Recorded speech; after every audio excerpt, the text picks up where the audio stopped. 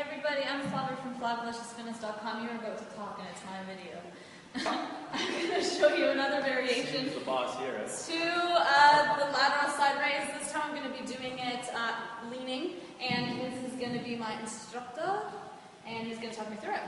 All right. Ready? Yeah. So this is excellent for males or females, beginners or advanced individuals alike. So what we got here is a side leaning lateral raise. Now the key here is to understand that the reason this is more effective than a normal standing raise is because she's creating a greater strength curve she has to work through, and that strength curve is working against gravity for a longer period of time. So what that basically means is she's going to put more tension on her shoulder. It's also, from this position, she's also unable to use momentum. As you can see, she can't rock backwards, as where you're doing a lateral raise. Most guys go like this, right? Well, she can't do that here, so her shoulder's forced to work. You want to take a break? What she's going to do at the top, this is really important, is the direction the dumbbell is pointed is going to determine where the emphasis is placed on her shoulder. So if she were to turn her hand down, now gravity is coming down, it's going to be more on the lateral to rear delt.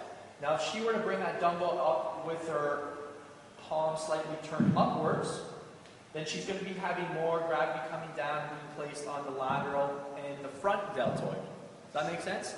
So depending on her position of her hand, those little subtleties will determine where the majority of, where you shift the emphasis of the movement onto, okay? So those little differences are very important. And the big thing here, notice what Flavia does on the way down. Why don't you show them an incorrect way and just drop the weight?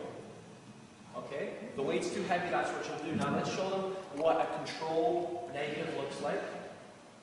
So she's using her muscles to lower the weight. Now her muscles are under tension for a longer period of time. That's how we build muscle, time under tension. Good. And that's about it. Okay, sure. Okay, good. So let's just go through the 10. I'll just review that. Notice how she's only going to parallel.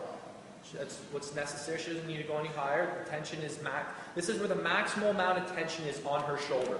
Any higher, and there's no more tension on her shoulder than here, it just creates unnecessary stress. So parallel is perfect. She's not rocking. And she's even bringing the weight up in a controlled movement as well. She's not trying to swing it. And one last thing, she's reaching for that corner wall as much as she can. So as soon as she starts to swing, she's really reaching for that far wall, and she's initiating from her shoulder. That's the key here. She's initiating from her shoulder. And she's controlling in both directions. Good.